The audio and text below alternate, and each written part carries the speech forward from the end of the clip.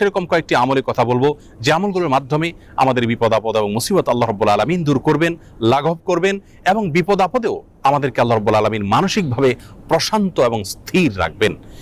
আর সেই আমলগুলোর মধ্যে থেকে সর্বপ্রথম এবং প্রধান যে আমলটির কথা বলবো তা হলো যিকরুল্লাহ বা আল্লাহর জিকির।